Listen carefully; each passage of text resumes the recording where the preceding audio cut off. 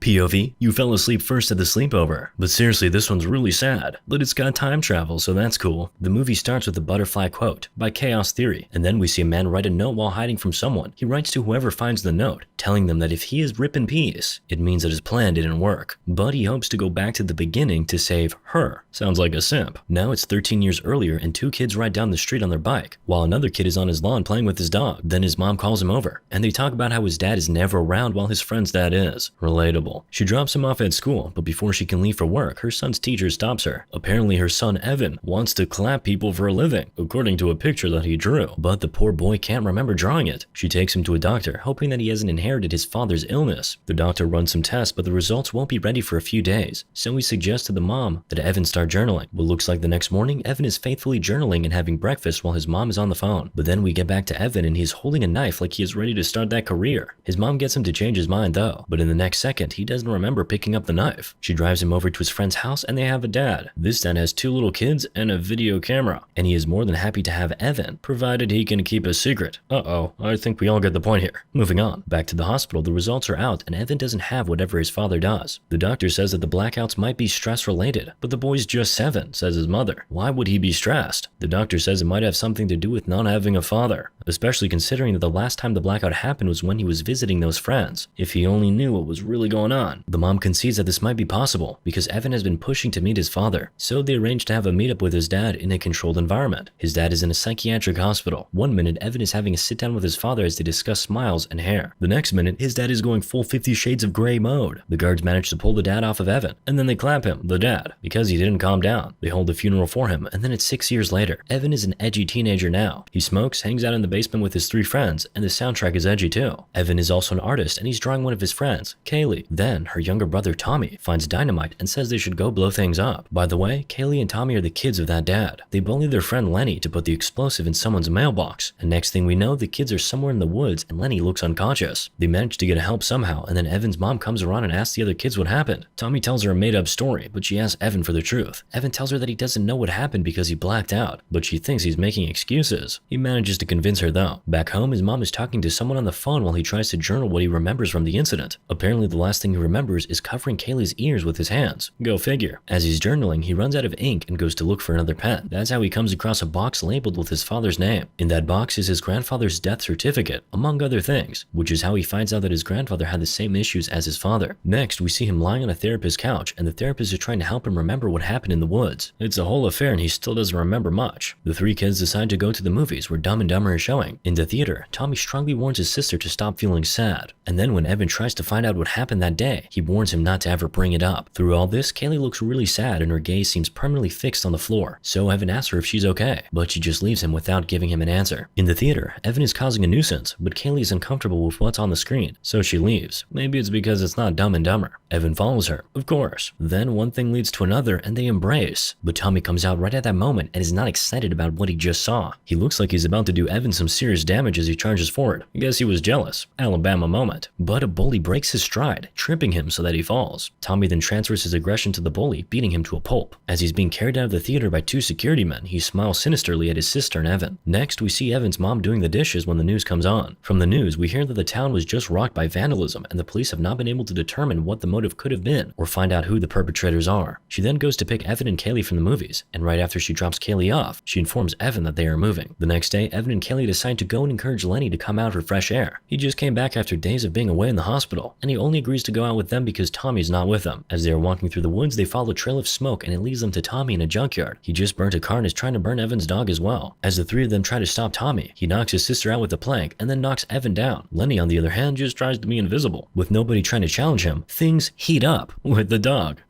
Evan tries to make one last attempt to stop him, but he blacks out before he can. And by the time he comes to, he sees the ashes of his dog. The next day, Evan and his mom leave the town, with Evan telling Kaylee that he'll be back for her. He lied. It's 7 years later and Evan is in college. He's a good student and life's good. At least that's what the soundtrack suggests. Then the soundtrack changes, but it's just because we're about to meet his emo roommate. Anyway, we find out that Evan has not had a blackout in 7 years, and he tells his friend that said friend has to take him out to celebrate. So they go to a bar and play pool. Evan is saying some intelligent things while his roommate, who is plus-sized, is getting bullied by a couple of boys. The roommate shows that he can take care of himself though. He shoots a ball from the pool table that breaks some glasses on the bully table, and when the bullies stand to intimidate him, he breaks the pool stick. They immediately get the message and sit down. Evan and a lady then visit his room. Don't know know why though. She finds his journals under his bed and asks him to read her something, because who doesn't like a guy who is in touch with his feelings? The part he finds is about the time that Tommy did that thing to his dog, and as he starts to read, he gets transported back to that time. We see young Tommy beating young Evan while young Lenny tries to rescue the dog. However, Tommy threatens to clap Lenny's mom if he frees the dog, so he backs off. And as things get heated, Evan jerks back into the present. The lady is still there and she just tells him that he had a dream. He says that it didn't feel like a dream, and then just leaves the young lady alone in the room. Rude. He goes back to his old neighborhood to visit Lenny and finds that nothing much has changed with him. Lenny doesn't look like he wants to be bothered, but Evan bothers him anyway, asking him to tell him what happened at the junkyard that day. Lenny shouts out what Tommy told him that day about clamping his mom, and while Evan startles at this, it confirms that the flashback he just had actually happened. As he's trying to come to terms with that, Lenny leaps out of his chair, grabs Evan by the shirt, and tells him, "Make one peep and I swear, it'll be your last." Evan takes that as a hint to leave. He goes back home and decides to try the flashback thing again, so he reads the part of the journal where he wrote about what he remembered of the dynamite incident. This takes him back to that time and we are able to see how things unfolded. Basically, the dynamite exploded and clamped a mother and her baby right in their presence. And it was also during this incident that Tommy told Lenny the thing about not making a peep. As the 4 teenagers try to hide, adult Evan comes back to the present throwing up. He also finds out that a secret burn that he sustained in the flashback was now there in the present. The next day he calls Lenny's mom and she tells him not to call again because he upset Lenny when he visited. Now he's having dinner with his mom and she's embarrassing him with a kiss on his cheek. The embarrassment is his reward for getting good grades. And seeing as they're on the topic of good grades, he decides to ask his mom whether his dad got good grades as well. She says that he did, even without putting any effort, and it was the one area that his memory did not fail him. He then asks her if he ever remembered some of the memories that he blacked out when he was younger, and she says that when he was Evan's age, he mentioned having found a way to remember what he blacked out. She then starts to tell Evan something that the father found out he could do right before he got institutionalized, but she decides not to talk about it again. Evan is understandably not excited about it, so he keeps pestering her about it as they leave the restaurant. She has been a mother for a while though, so she doesn't give in. Instead, she takes him for a psychic reading because it'll be fun. Yeah, right. The whole reading starts out as fun and games until the psychic tells him that he has no soul and was never meant to be. Relatable. The mom is upset by this and leaves, but Evan is more annoyed that the psychic upset his mom, so he takes back the money that they paid for the reading and leaves. He comes out to find his mom smoking and tries to calm her down, stressing that the reading didn't mean anything. The mom says she knows this, but it still hit a nerve, and that's because she had 2 stillbirths before she had Evan. Back home, Evan tries to go back to the time when his friend's dad asked him to do things. His roommate tries to discourage him though. The roommate says that there might be a reason Evan blacked that memory out, and he might just make things worse by going back. This guy must have already seen the movie. Evan gets angry, but he drops the journal. Then he goes to a diner and creeps out on a waitress through the door. Oh, it's not just a random waitress, it's Kaylee. They catch up and we find out that Tommy went to juvie for a few years, but now works as a mechanic. Kaylee emancipated herself from her dad when she was 15, and she didn't move in with her mom because she had a new family. He then tells her that some of his memories have been coming back to him, but he needs her to fill in the blanks. She agrees to do it, but quickly changes her mind when he asks her what happened when her dad was filming the Robin Hood video. But Evan tells her that whatever happened was not their fault, and she can't keep hating herself. This does not go down well with her because it's really not as simple as that. Then she asks him why he never called her if he thinks she is so wonderful. He doesn't have an answer to this. The next day, Evan comes back from classes to 2 messages on his voicemail. One is from one of his professors asking him why he didn't turn in his essay. The other is from Tommy. He called to inform Evan that Kaylee clamped herself after the visit from Evan. So Evan's death is next. He sneakily attends her burial but then goes there later to pay his last respect. He drops the "I'll come back for you" note that he wrote to her before he and his mom left the town into the coffin. At home, he figures that the secret burn is a testament to the fact that his dad was probably not crazy, and if he can make scars, maybe he can heal them too. Yeah, science. Or logic. Anyway, he decides to go back to the time with his friend's dad. The dad tells Evan and Kaylee that they'll be filming Robin Hood, where Robin Hood just got married and stuff, and he has his camera ready. Instead of doing what the dad tells them though, Evan tells Kaylee to cover her ears while he has a discussion with her dad. He tells the dad about 2 options that he has. One would lead to Kaylee's self-deletion, while the other would result in a healthy daughter. The dad is shook. The father chooses the latter after being convinced by the threat of castration. Evan throws in something else though. He tells the father that he needs to focus on disciplining his son. Then he tells Kaylee to tell her dad never to touch her again, and then comes back to the present. But the present is different. He takes some time to download his new memories right before the person sleeping beside him wakes up. It's Kaylee. Meanwhile, he's bleeding from his nose. He's probably related to 11. Anyway, he goes to the bathroom to clean himself up, and we find out that he's in what looks to be a female dorm. In the bathroom, he meets a lady that he knew in his former life, but she's a totally different person now. In this new reality, Evan and Kaylee seem to be the campus king and queen. They are in bright colors and everybody's trying to bask in their light. As they walk across the campus, Evan asks Kaylee if she remembers when her dad got the video camera, and she says that he had it for maybe a day before he gave it away. He might not understand this life, but he sure seems to really love it. He calls his mom and hears her voice together with a man's. He leaves her a message, and just as he drops the call, he sees his roommate from the other life. In this reality, the roommate hates him because he's a frat boy. He doesn't seem to understand how much things have changed though. So he goes to class and walks up to the professor asking for an extension on the essay that he didn't submit. But the professor doesn't even know him. It looks like not all of his new memories downloaded because he doesn't doesn't know that in this reality he's a frat boy who cheats in exams with his frat boyfriends. He doesn't cheat this time around though. At night, he does a whole dinner thing for Kaylee, but before they can really get down to it, one of his frat brothers comes to inform him that his car has been trashed. Getting to the scene, they find out that Tommy was the one who trashed the car. He has been released from prison and is ready to have it out with Evan for being with his sister. Evan starts preparing to go do something about the Tommy situation, but Kaylee tells him that it's not necessary. Tommy won't actually hurt him. Evan reminds her that Tommy clapped his dog, and then she reminds him that Tommy had a rough upbringing. The father never laid his hands on her, but he never stopped laying his hands on Tommy. This calms Evan down a lot. Kaylee suggests that she might have to stay away from Evan for a while, but Evan says he lost her once and refuses to lose her again. She's confused at this because in this life, he never lost her. She also mentions that his accent is different. He walks differently, and even the dinner he threw is something new.